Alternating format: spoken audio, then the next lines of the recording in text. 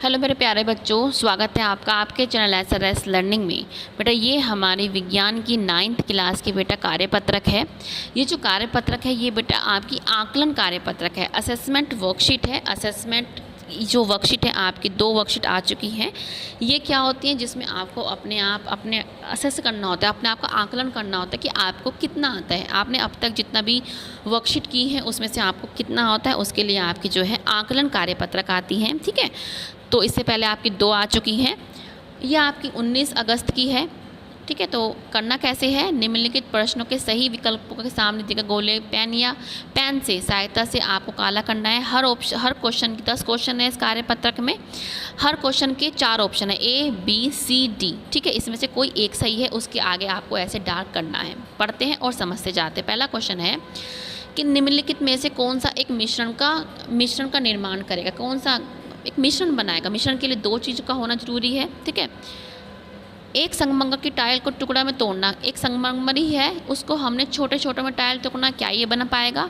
बर्फ़ के टुकड़ों को छोटे में क्या ये बन पाएगा। पानी में पानी ही मिलाना, तो ये इसका जो ऑप्शन है ये नहीं होगा। तो दूध को पानी में मिलाना, ये आप जो ऑप्शन है ये सही होगा कि जब हम क्या है दूध को पानी में मिलाएंगे तो ये क्या है, एक मिश्रण का निर्माण कर रहा है। ठीक है, तो इसका ऑप्शन कौन सा सही है, डी।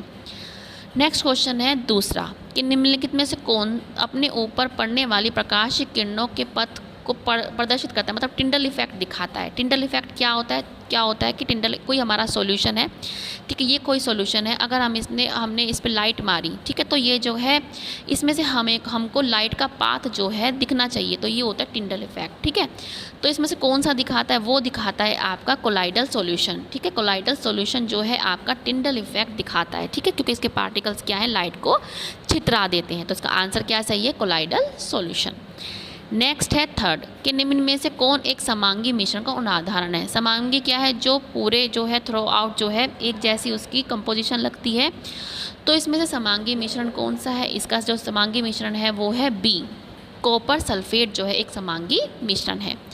नेक्स्ट क्वेश्चन पे आते हैं फोर्थ पे कि निम्नलिखित में से गलत कथन को पहचानना है। अब हमें गलत बताना है, ये ध्यान रखना कि गलत बताना है, सही नहीं गलत बताना है। कि पढ़ते हैं सारे ऑप्शन कि निलंबन समांगी मिश्रण है। क्या निलंबन समांगी मिश्रण होता है, सोचो, नहीं।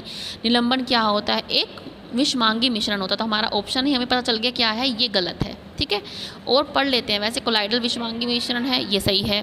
कोलाइडल वेलेंट, ये भी सही है। कोलाइडल में परिक्षेपित प्रावस्था और प्रक्षेपण माध्यम होता है, बिल्कुल सही है। तो इसका जो आंसर जो सही है वो है ए, मतलब एक गलत है उसका ऑप्शन है, तो हमारा ए पे हम निशान लगाएंगे।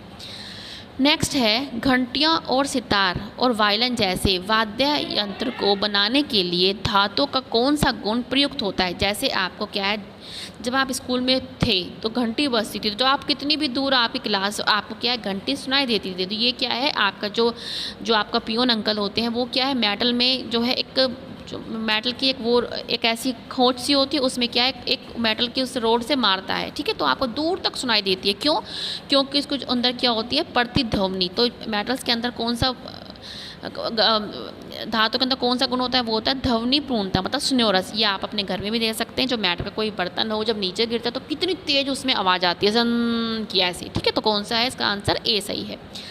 अब हम पढ़ते हैं 6 क्वेश्चन कि निम्न में से किसने पानी के साथ मिलाने पर एक पूर्ण विलयन नहीं बनता।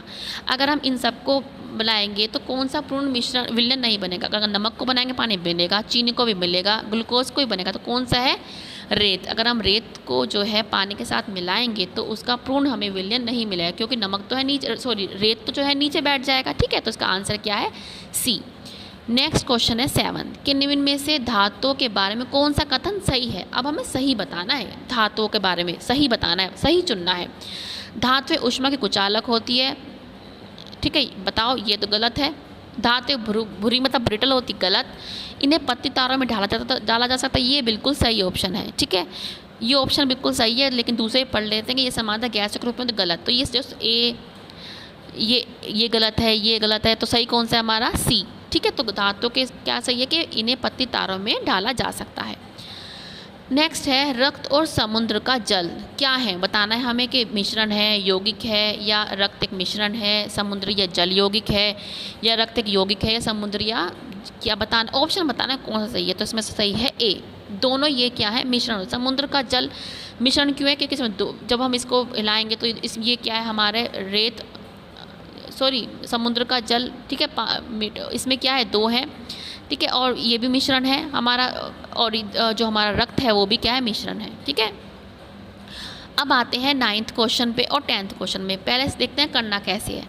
प्रश्न संख्या 9th और 10th के दो कथन दिए गए हैं, अभिकथन ए और अभिकथन दिया गया ए और कारण दिया गया उसका। इन प्रश्नों के सही उत्तर का चयन कीजिए और कोड का बताइए। ये करना कैसे, देखो, अगर हमारा कथन ए और दोनों, अगर हमारा ये दोनों सत्य हैं और ये जो कारण सही बता रहा है ए का, तो हमारा ऑप्शन सही होगा ए, ठीक है। अगर हमारे दोनों ये सही हैं लेकिन एक दूसरे का कारण वो सही नहीं बता रहे, तो ऑप्शन सही होगा बी। अगर इसमें से हमारा ये अभिकथन तो सत्य है लेकिन हमारा आर गलत है, तो हमारा ऑप्शन होगा सी। और अगर हमारा हमारा अभिकथन ही गलत है और हमारा कारण सही है, तो हमारा ऑप्शन होगा डी, ठीक है। तो इस हिसाब से आपको लगाना है। पढ़ते हैं बच्चों, हमने ये पढ़ लिया कि हमें 9th और 10th क्वेश्चन कैसे करना है, मतलब हमें क्या है, इसके हिसाब से हमें अपने ऑप्शन लगाने हैं, ठीक है। अब हम अपने क्वेश्चन पे आते हैं 9th क्वेश्चन पर। अभिकथन क्या है इसका, अभिकथन मतलब क्या, असर्शन क्या है, ए के साधारण नमक का जल में विलयन विषमांगी होता है, ये बताइए आप गलत है कि सही है। तो ये क्या है, ये गलत है हमारा, क्यों, क्योंकि जो साधारण नमक का जल में जो विलयन होगा वो होता है बेटा समांगी, क्योंकि ठीक है, वो क्या होता है, समांगी, क्योंकि उसमें हमें अलग से नहीं दिखता कि उसमें नमक कहाँ है कि पानी कहाँ है, ठीक है। तो ये वाला गलत हो गया हमारा। दूसरा है कारण, क्या है कि एक विलयन में पूर्ण रूप से एकरूपता होती, ये हमारा जो ये वाला है हमारा सही है, ठीक है। तो जब हमारा अभिकथन ए गलत हो और हमारा आर मतलब कारण सही हो, तो हमारा कौन सा ऑप्शन होता है, हम देखते हैं कि हमारा ये वाला, कि हमारा फर्स्ट तो गलत है लेकिन हमारा जो आर है वो सत्य, तो हमारा इसका ऑप्शन क्या लगाएंगे हम, इसका क्या है, डी सही है। कौन सा सही है, हमारा डी, ठीक है। अब हम आते हैं अपने प्रश्न नंबर 10 पर। प्रश्न नंबर 10 क्या कह रहा है कि ट्रू के पूर्ण विलयन टिंडल प्रभाव नहीं दर्शाते, ठीक है। तो ये तो बिल्कुल सही है, ये हमारा क्या बिल्कुल सही है, क्योंकि जो टिंडल इफेक्ट है वो कोलाइडल दिखाते हैं, या जो हमारे निलंबन होते हैं जब वो बैठते हैं तब दिखाते हैं। तो ये बिल्कुल सही है कि पूर्ण विलयन जो होता है टिंडल प्रभाव नहीं दिखाते। इसका कारण कि विलयन के कणों का आकार बड़ा होता है, ये तो गलत है, क्योंकि विलयन के आकार का जो कण है, ठीक है, उसका जो आकार है वो बड़ा भी होता है छोटा भी होता है, तो ये हमारा ये वाला गलत है। तो जब हमारा फर्स्ट सही हो और हमारा जो अभिकथन सही हो और हमारा आर गलत हो, तो हमारा जो उसमें कौन सा ऑप्शन होता है वो होता है हमारा सी ऑप्शन, ठीक है। इसका डी और इसका जो सी हमारा ऑप्शन ये जो है सही है, ठीक है बच्चों। तो आज की हमारी ये असेसमेंट की मूल्यांकन की वर्कशीट है। एक बार फिर से कहूँगी, पहले आप अपने जो है क्वेश्चन लगाइए कि इसमें से कौन सा सही है, तब फिर आप अपने मिलाइएगा, ठीक है। और ये ज़रूरी है, कोविड-19 के विरुद्ध सुरक्षित रहिए, मास्क लगाएं। आजकल बहुत कम मास्क लगा रहे हैं लोग, लेकिन ध्यान रखिए जैसे दुर्घटना कब घटती है, जब हम सावधानी जो बरतनी हम कम कर देते हैं, ठीक है बच्चों। अगर आपको हमारा पढ़ाना अच्छा लगा हो तो प्लीज़ हमारा जो सबसे पहले तो ये हमारा जो ये हमने वीडियो बनाया इसको लाइक के थ्रू हमें ज़रूर बताइए कि आपको हमारा पढ़ाना कैसे लगा। और जो नए बच्चे हैं हमारे चैनल पे और जो हमारी क्लास में, प्लीज़ हमारा चैनल सब्सक्राइब कीजिएगा, साथ में बेल आइकन दबाना ना भूलें। मिलते हैं आगे के वर्कशीट के साथ।